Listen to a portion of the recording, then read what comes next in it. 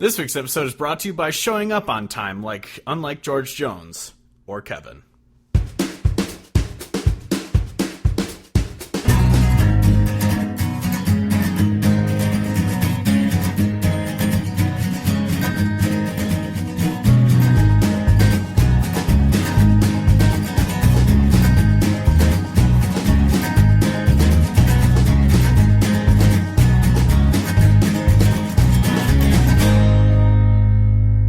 Have any fun openings because Kevin's not here, so I guess I'll just start it. Hello, welcome to the Hodge Podcast, the official podcast of CountryHodgepodcast.com. Oh, well, look who decided to show up.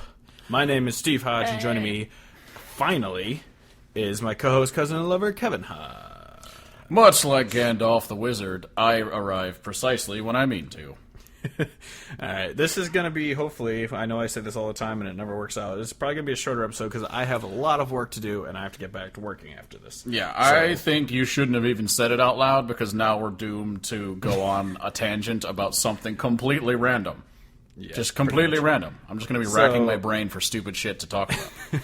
Me and Kevin don't really have anything planned to talk about, but like you said, something probably will pop up. But we're going to talk about George Jones today, his best music, and some facts about him, I guess, or some random tidbits, random stories, if you will. So yeah, let's just hop straight into the fucking moments. Like we did with Merle and Waylon, we're just gonna look at the top 10. Like Saving Country Music does top 10 badass moments by these different artists and shit. So we're gonna do that about George Jones this week. Even though I'm not gonna read them all because some of them are just like he recorded "He Stopped Loving Her Today." He recorded "Who's Gonna Fill Their Shoes." I'm like, okay, yeah, he just recorded songs. We'll get to those songs later. It's not really like a milestone to record the song. Yeah, they could say something like, you know, he recorded this song, which became blah, blah, blah, greatest, you know, whatever single ever kind of shit. But just recording it, that's kind of a funny thing. It's just like, he was alive on this day. But what is a great moment in George Jones' history is he rode a lawnmower to the liquor store.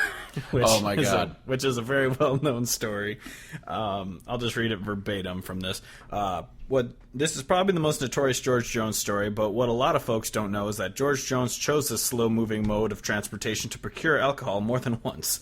The first and most well-documented lawnmower incident was in the late 60s. George Jones was living 8 miles outside of Beaumont, Texas, when with his then-wife Shirley Ann Corley. Jones had experienced a few number one hits by the time, and this success fueled his wayward ways with alcohol. He was drinking so bad his wife Shirley resorted to hiding all the keys to the vehicles before she would leave the house so George wouldn't drive to the nearest liquor store in Beaumont.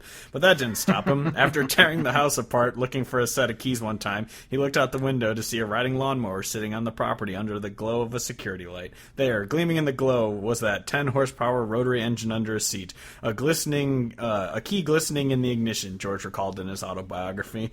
I remember the top speed for that mower was 5 miles per hour. It might have taken an hour and a half or more for me to get to the liquor store, but get there I did. The second lesser-known incident of George Jones' escapades on a riding lawnmower happened when he was married to Tammy Wynette. Taking a cue from George's previous wife, Shirley, Tammy hid all the keys from George, but George had been down that road before. Wynette woke up one night at 1 a.m. to find George missing. I got into the car, drove to the nearest bar 10 miles away, Tammy recounted in 1979. When I pulled into the parking lot, there sat our rider mower next to the entrance. He'd driven that mower down a main highway. He looked up and saw me and said, "Well, fellas, here she is now, my little wife. I told you she'd come after me." The George Jones lawnmower incidents later went on to be memorialized as many country videos, including Hank Jr.'s "All My Rowdy Friends Are Coming Over Tonight," Vince Gill's '93 hit "One More Last Chance" that includes the line, "She might have took my car and keys, but she forgot about my old John Deere," and John Rich's "Country Don't Come to Town" and George's own "Honky Tonk Song." Oh yeah, and I'll always think of the retelling of it in Tales from the Tour Bus because they talked about the one where he, you know, one of the times when he goes to the liquor store and he's driving down the road and he didn't turn the mower deck off, so he's just launching the rocks on the side of the road all over the fucking place, and he just didn't give a single fuck about it. It's incredible. I wish I had watched the Tales from the Tour Bus before we did this episode because the George Jones episode is so Well, good. because I was going to say, I don't know if it's on your list of things, but another item that he did that is just, I don't know if it's necessarily badass, but he was tied to the tree by Waylon Jennings. Yeah. We've talked about that a few times on this podcast, and it's such a funny thing just because of the line where it's just like, I'm the biggest name in country music, and he replies, yeah, well, now you're tied to a fucking tree. I'm tied to a fucking tree. It's like, yes. Incredible. Which is also, I think about the lawnmower thing, which is obviously hilarious, but it also goes to show, like, legitimately how much of an actual alcoholic he was, where he's like, it's going to take me an hour or more to drive this thing to the liquor store and like an hour back, and he's like, yeah, no, I'll do it. I need it. And it's just like, Jesus Christ, man. Yeah. So for those of you who don't know, if you're listening because you like the newer music we talk to or whatever, or talk about, George Jones. I talk to music. George Jones was literally known as No Show because he would get drunk and not go to his own concerts. Like, yeah, that's a thing just about get George liquored Jones. up. Yeah. Another badass moment was he walked out of the 1999 CMA Awards. So he said, ahead of the 99 CMA Awards, George Jones was enjoying yet another resurgence in his career. Jones was slated to perform the song Choices on the CMAs, but when producers insist he must sing an abbreviated version, he walked out of the ceremonies and boycotted the show. In a super act of class and solidarity, Alan Jackson, halfway through his performance of Papa Top, stopped down and shifted gears to perform Choices in protest. The event has gone on to be considered one of the biggest moments in country protest of the history of the genre.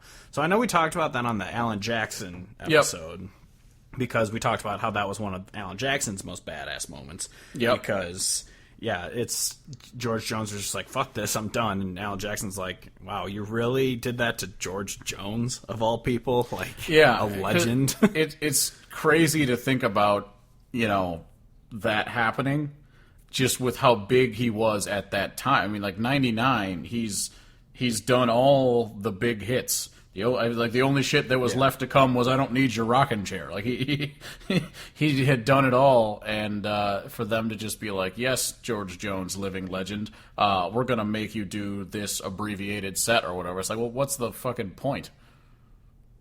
Yeah, it's nonsense. Yeah.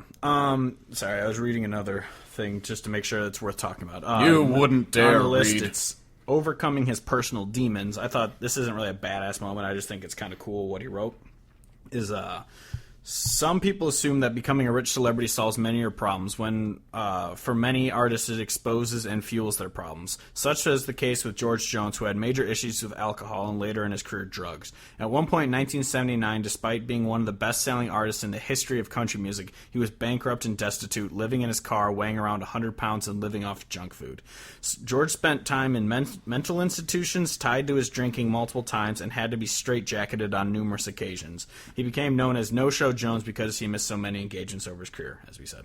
But in many ways, George Jones' bad behavior only helped his reputation. His fans didn't turn on him; they loved him more because they could relate to him and their own personal struggles, and because he was such a great artist and performer when he would show. Alan Jackson once said about Jones, "What I like most about George is that when you meet him, he is like some old guy that works down at the gas station, even though he's a legend."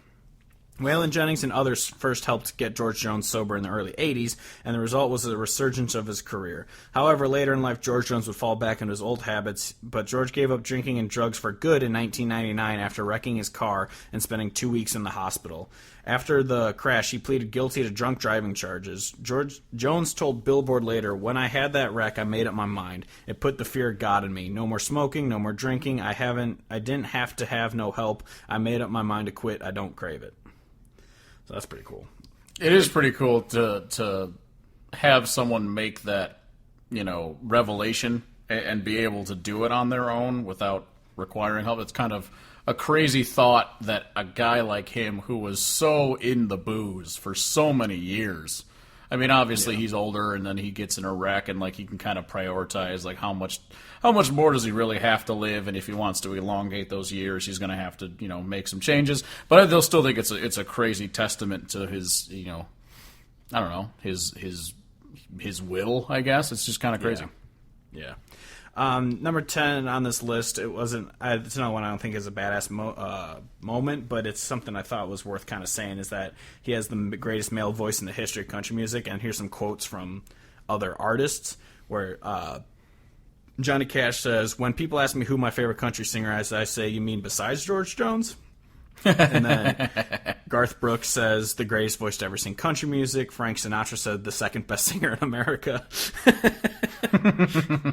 That's funny.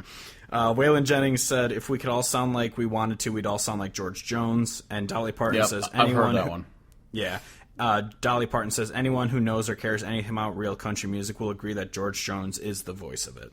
So yeah, those are some moments. Yeah, the other ones were just like, they weren't really moments. They're just like, he's a good duet partner. It's like, well, yeah, he's a good singer, so of course he's a good duet partner.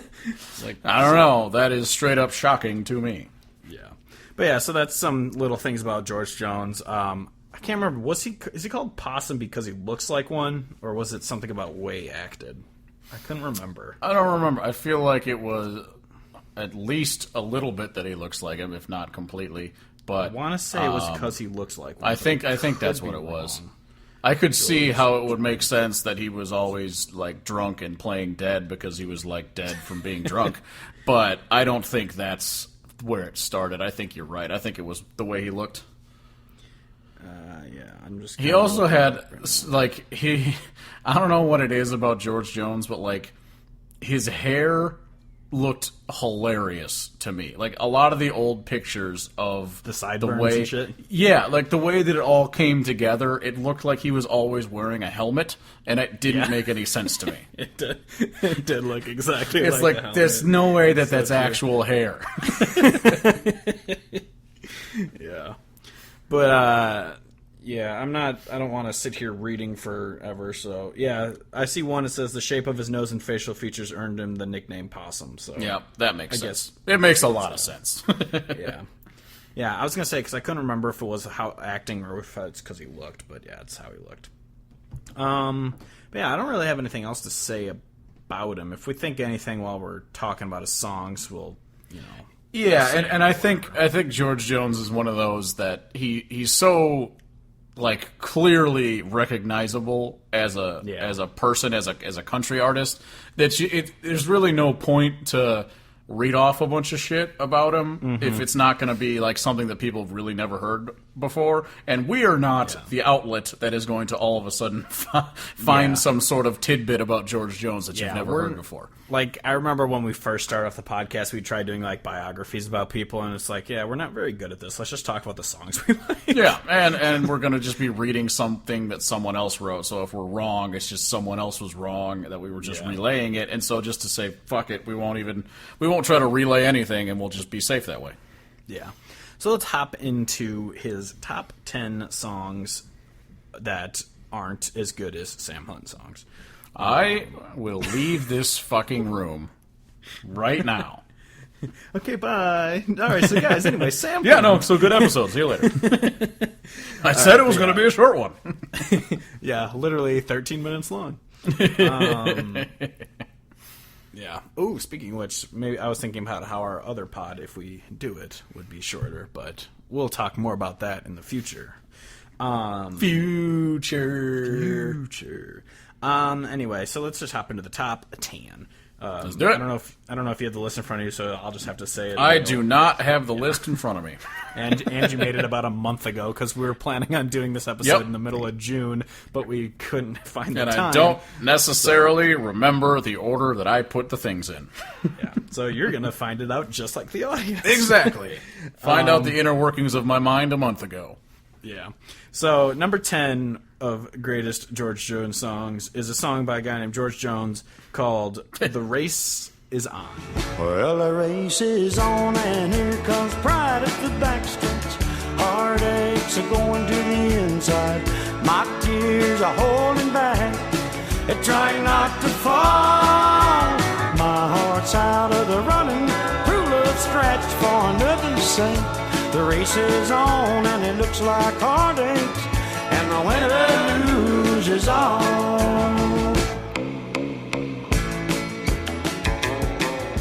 The racist is on what? Yes. This was his clan song. George Jones was a well-known member of the KKK. So I put this one at 10, and I remember I put it at 10 because it's one of those where it's a classic in the sense of, like, I mean, not everyone, most people know it. It's upbeat. It's the kind of one that will get played on oldies country radio all the time. Oh my God, there's a knife. But it's one of those that, like, I don't really re-listen to it that much, but I have a lot of respect for it and, like, the wordplay.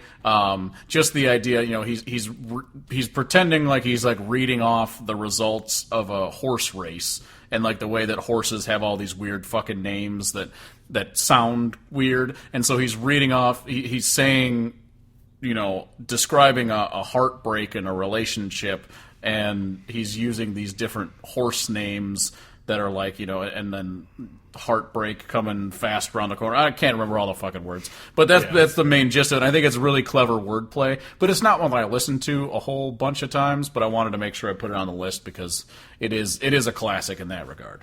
Yeah, it is fantastic. And so if anyone hears, like, thumping in the background of the episode, it's because I think one of my neighbors is jerking off upstairs or something. I don't know what's going on. But yeah. So that's number 10. Number 9 is a song by George Jones called These Days I Barely Get By. I walked home from work and it rained all the way. My wife left and didn't say why. She laid all our bills on the desk in the hall. Of these days I barely get by. Put my only $2. Yeah, so this song, and I do remember this. So this one, and then the one after it, they're very similar sounding songs, and I wanted to put a couple songs that made me think of a specific era of not only country music, but like George Jones music in general, where it's got like there's like female background vocalists making, you know, almost like chorus type songs, and then just the traditional I'm sad as shit and I'm, you know, drinking myself to death and what I like, the relationship died. Like, this is like, these kind of songs are the staple of older, like, country, I think. And so this one and the next one I think of as just like perfect examples of traditional country heartbreak songs. Yeah, the next one is the one that I definitely know more, which makes sense because it's higher, but so yeah, let's just hop straight into it. Number 8 is If the Drinking Don't Kill Me, Her Memory Will. If drinking don't kill me, her memory will. I can't hold out much longer the way that I feel. With the blood from my body, I could start my own still. But if drinking don't kill me, her memory will. Yes, I love this song. This is one I've heard many times, and it's like, sorry, I'm trying to plug my computer in, and it's not like registering that it's charging, and I don't know why. So just ignore me looking around like a crazy person for a second. Because you have an ancient computer from college still. Actually, all right, we're good now. Wait, but yes, that is exactly why. Is I have an ancient computer that is a piece of shit. Oh my god, the laptop that I brought home to work from home, it's so fucking slow. I'm like, of course they would give us a fucking laptop that's like from 1986. Oh yeah. Well, so this one I bought it, you know, my MacBook, I had a MacBook Pro because I was affluent. I had a MacBook Pro for the first 3.5 years of college. It the hard drive crashed during the spring of my senior year, so going into the the fucking home stretch when I needed it, it died. Yeah. And so this computer was like $300 at Best Buy, and I'm like, that's a computer that I can buy on a college budget, and so I did. Yeah, when I was looking at computers after mine started crapping out, I was like, oh, I could get it. I was looking at cheap ones. I was like, yeah, but I don't know if any of these are going to be good, if they'll have like recording stuff that I need. And so I was just like, fuck it, I'm buying a new Mac, and I bought a nice Mac instead. Which is expensive, and I don't use it as much as it cost, but whatever. Yes, but the song, if drinking kills me, her memory can't. Is that the motto of your life? Exactly. That's how I approach most problems. Well, if I just die from this, then I don't even have to worry about that. No, so yeah, like I was talking about, previously, this era and this type of sound I think is really iconic, and so I wanted to put two, and even though they're very similar, I'm like, I gotta put them both on there because I really like this era of country music. Means a lot to me. Yeah. It is fantastic. Yeah, and I love the thing of how people were like, oh, country was always about drinking. It's like, yeah, but it was about like drinking away your woes, not like party spring break anthem. Exactly. And I've said this about other types of songs too, that like nowadays so many people do a song like this, but they just kind of regurgitate the same words over and over again. Whereas the writing may be a little bit simplistic on some of these songs, but he was doing it back in the day when it was new and it was different. So it's that much more powerful. Obviously, nowadays, if someone says the exact same words, it's kind of like, yeah, okay, I've heard that one before. But it's like, yeah, but you only heard that before because George did it first. Mm-hmm. Yep. Next, unless you have some more to add. No, continue. Next is my favorite song. It's about Lord of the Rings. Is number 7, Golden Ring. In a pawn shop in Chicago, on a sunny summer day, a couple gazes at the wedding rings there on display. She smiles and nods her head as he says, honey, that's for you. It's not much, but it's the best that I can do. Golden ring, with one tiny little stone waiting there for someone to take it home by itself. It's just a cold metallic thing. Only love can make a golden wedding ring. Yes, so like you mentioned, how he's such a great duet singer, and that's a really milestone moment in his life. He sang with Frodo, and he's talking about the ring. Exactly. He finally got it to Mordor, and then that bitch Frodo didn't want to throw the ring in. And then George was like, oh! But so George did a million duets with Tammy Wynette.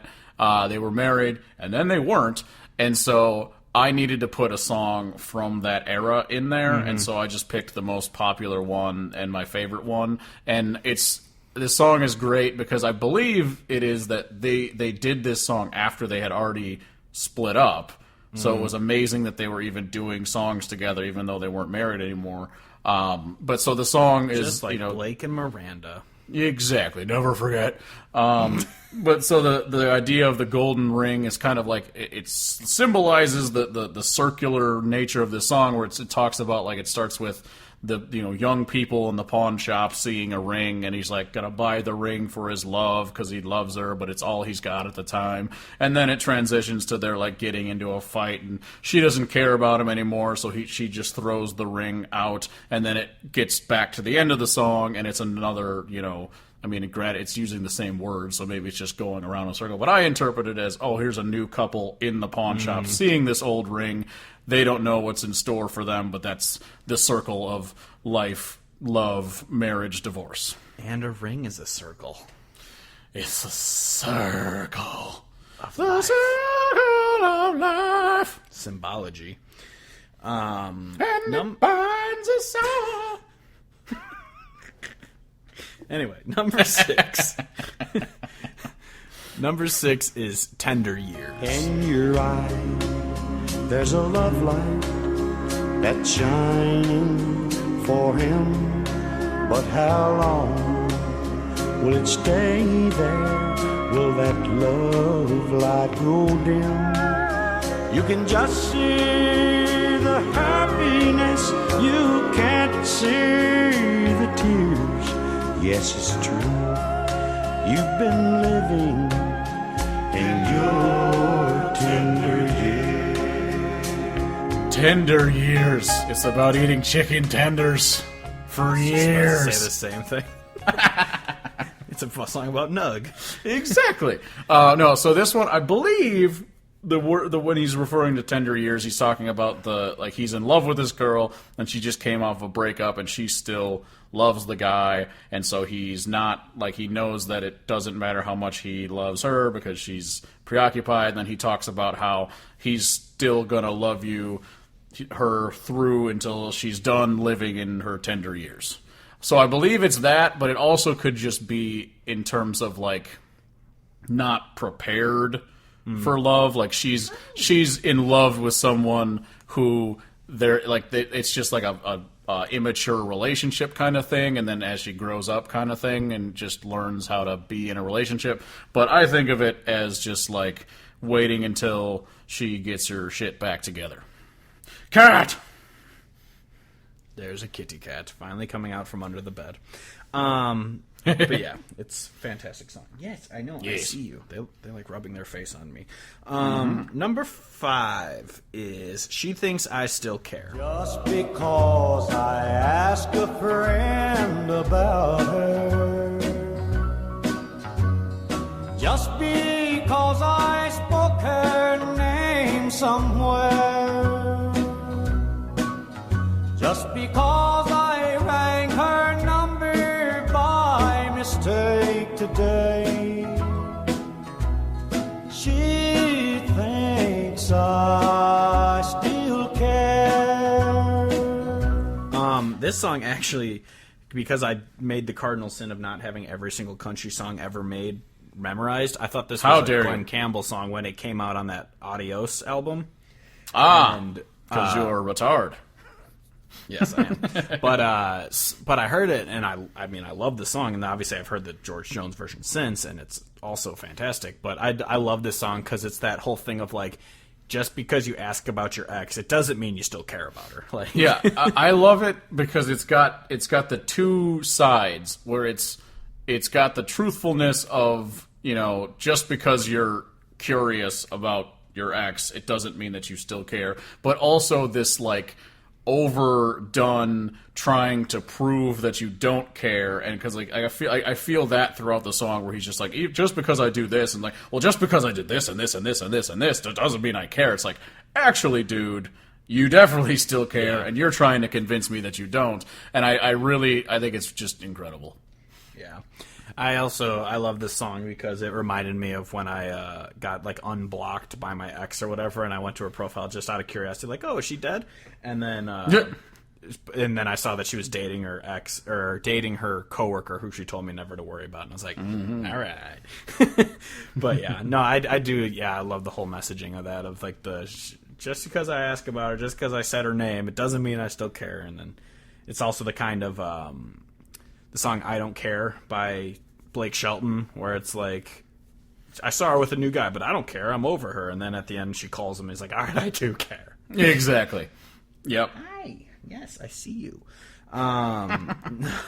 Number 4. It'd be really hilarious if we didn't mention that there was a cat in the room and it was just you talking to me. Yeah. Yes, Kevin, I see. Yes, I see you. It's okay. Am I a pretty girl? Oh, yeah.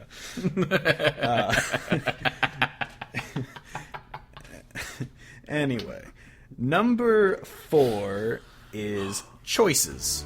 I've had choices since the day that I was born. There were voices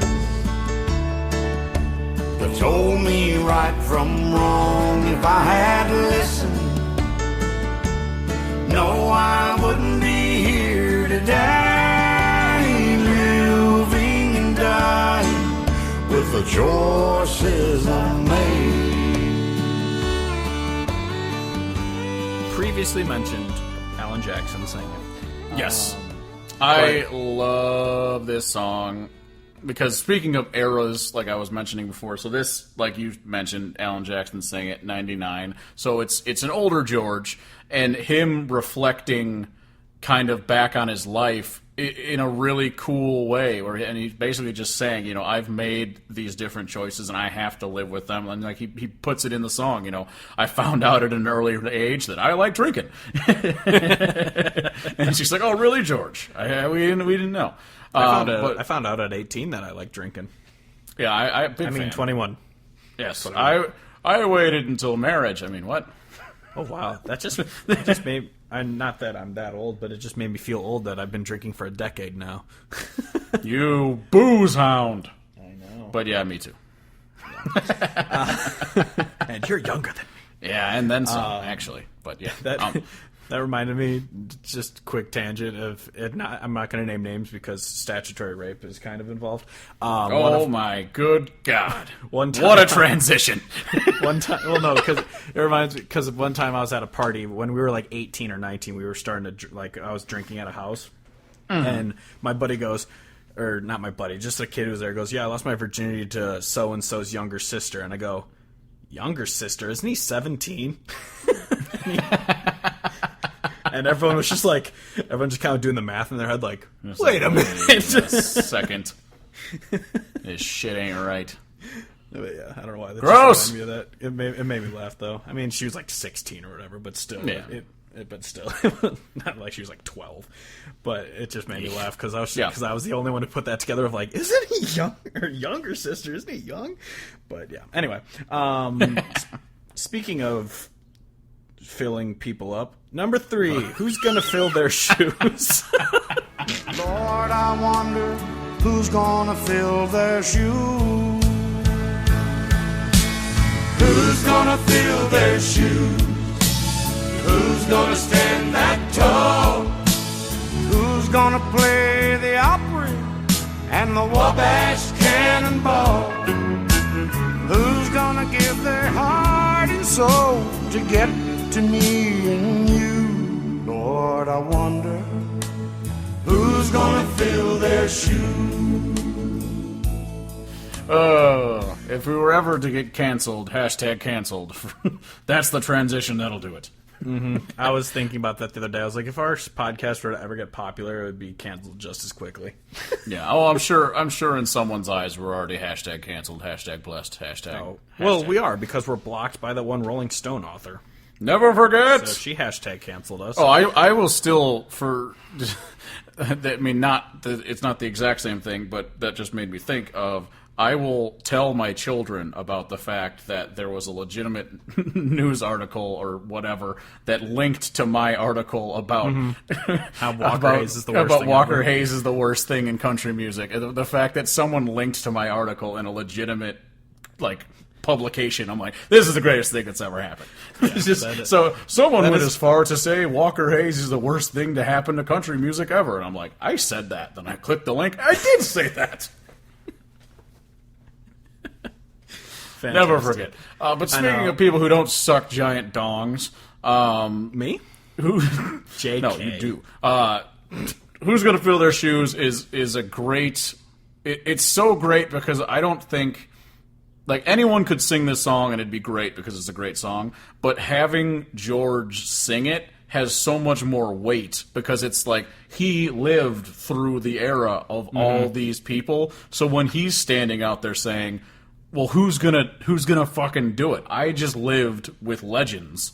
Who's gonna take up the reins and continue it to the future? And it is one of those things that makes you kind of stop and think, fuck, who could possibly do something as great as they have? But I do also have to say, we are living in quite a wonderful time of new music. Not everything is popular, but we really are in a golden era of people making music that is incredible. Yeah. And I don't know if George saw it this way. I think he was hoping for another superstar to come out of nowhere and fucking do the same shit, but we may not have these tentpole figures in the mainstream, but we've got a sea of fucking rabid incredible artists, and I think that's almost better. Yeah, and I love the, there's a couple things I love about the song. One, it's hilarious that it was recorded in 1985, and he was already saying, like, what's going to happen to country music? Like, exactly. And then it's been 34 years since then, and it's still like, what the fuck? And then people are still saying, like, who's going to fill their shoes? Like, isn't it mentioned in the Eric Church song where he goes, like, Waylon would say this, and so would Hank, or what? And like, what the hell's that song called? A lot of boot left to fill. That one. I'm pretty sure he references this song. Yeah, and I know that I've heard. I know that it might just be from that song, but I swear to God, like in the back of my brain right now, I'm like hearing some sort of lyric that references, George asking who's going to step up and who's going to fill their shoes. Who has shoes? And where are they? Can I fill them with poop?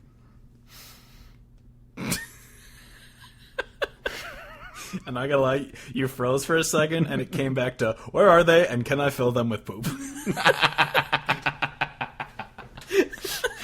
I could see that my phone was frozen, and I didn't know how long I had to ramble to keep it going, and that's all I had. That's all I could think of. That's really funny. But also the thing that there's times I love this and I hate it, because there are times where people are like, who's going to fill their shoes? And like, you got Cody Jinks, you got Tyler Childers, you got Colter Wall, they're going to fill their shoes. And then there's times where they're like, post the new fucking like Thomas Rhett song, and they go, then they asked who's going to fill their shoes, and it was Thomas Rhett. It's really aggravating when the people hijack it and use it for shit like that. It's just like, oh, come on. Yeah, people are like, we don't have to ask who's going to fill their shoes anymore. It's this guy. It's like, no, it's fucking not. How about no? But yeah, you crazy Dutch bastard. George Jones kind of looks like Goldmember. Faja is dead. Farger is Faja. His what father. The hell is a farger? Always quoting Austin Powers, never gets old. Anyway, number 2. Let's move on. Is 2? 2, yeah. Do we already... Wait. 3 was who's going to fill their shoes. That was 3? Choices. Oh, shit. I'm all over the place. Yeah. Number 2. All right. Unless I skipped one. We got Races on These Days. If the Drinking Don't Kill Me. Golden Years, Tender Years. Golden Ring, Tender Years. She Thinks I Still Care. Choices. Who's going to fill their shoes? Yeah, that's it. Number 2. I'm going to time warp. Yes, you are. Number 2 is The Grand Tour. Over there sits the chair where she'd bring the paper to me and sit down on my knee and whisper, oh, I love you. But now she's gone forever, and this old house will never be the same without the love that we once knew. So this is where, if you have listened to us in the past, I had the Grand Tour as the saddest song instead of the song that everyone knows is number 1, but I'm still not going to say it.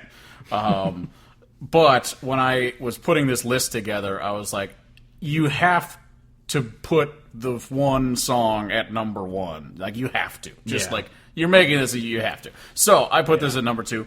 But I would say I've probably listened to this one more. I think it's just absolutely incredible. The added element of looking at the story from the perspective of the wife died rather than just left is just brutal and so tragic. But it's like this is like what country is about, like these songs telling stories and making you feel something. And this song is incredible. It's beautiful. It's heartbreaking. And I don't know if anyone other than George could have sang it in a way that is so sorrowful while also just sounding incredible. Yeah, and this is one that, like I said when we talked about it on the saddest songs, is that... Oh, there's Max. Is that the... that I didn't know that the message was that his wife died. I thought it was that she just left him. And it's insane that when you like really get down to it, it makes it just a tier higher of just like, holy shit. This is so sad. Because it's barely even implied or inferred. Like it's hardly there that you would know that. And it's crazy. And it's a great song. And Tony Jackson's cover is fantastic. If you Oh my know who God, Tony it Jackson is. Listen to him. He's Yeah, awesome. I like in the more recent years, I've listened to Tony Jackson's version of like 1,000 times, and like more than even George's version, just because I think it's such an unbelievably well done cover. And usually covers, especially of like classic songs, are never like not only just never like good, but they're never like, oh, this is really fucking good. Mm-hmm. Yeah. Anyway, number 1 is obviously He Stopped Loving Her Today. He stopped loving her today. They placed a wreath upon his door, and soon they'll carry him away. He stopped loving her today.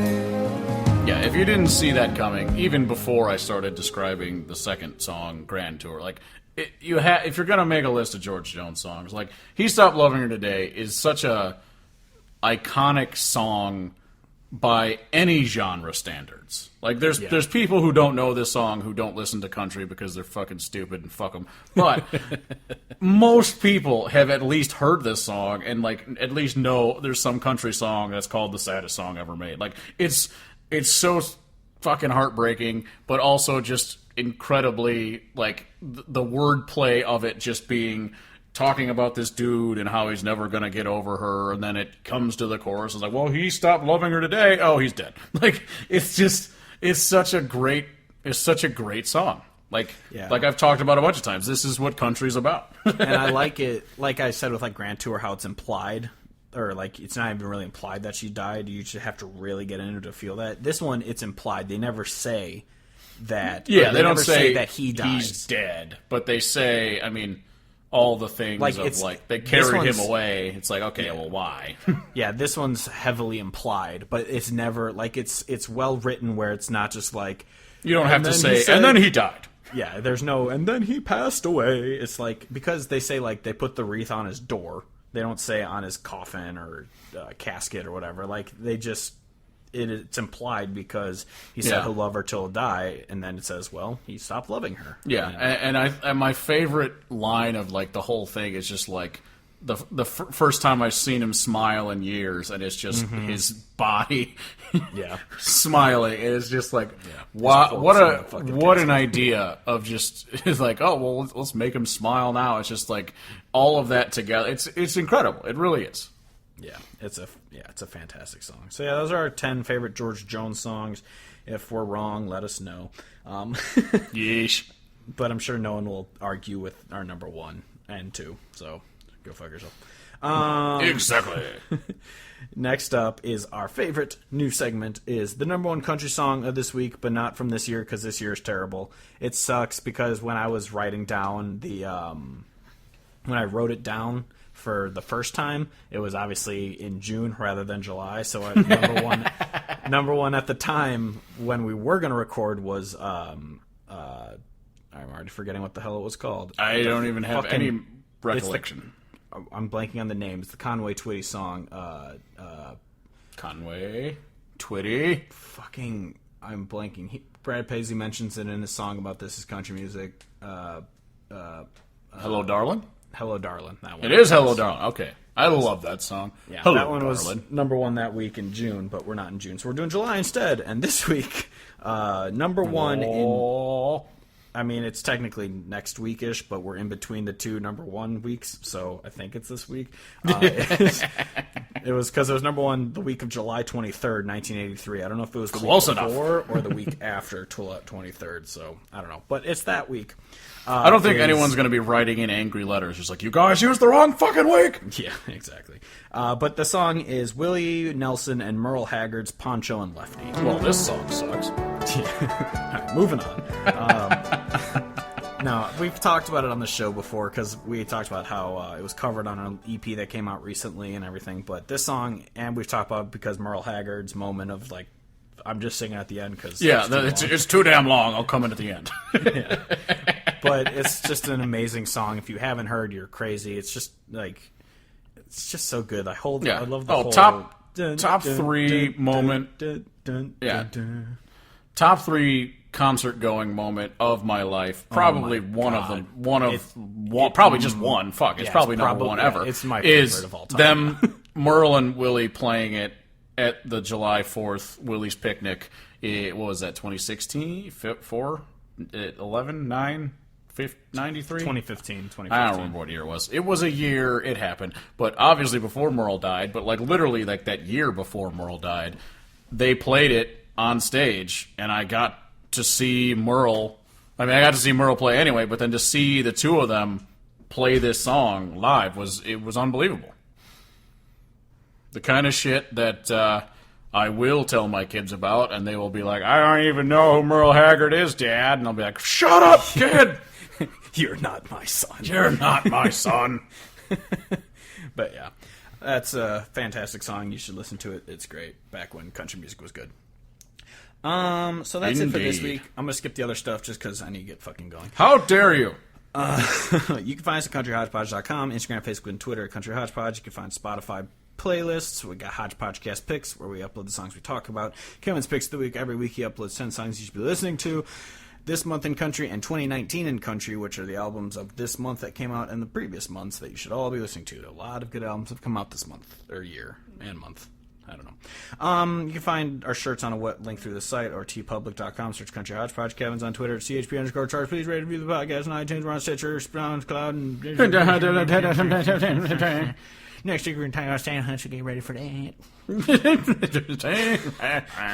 That's it for this week. Until next week, I'm Steve Hodge. As always, joined by Kevin Hodge saying goodbye, good night, and good short. Yeah. I should probably hit stop.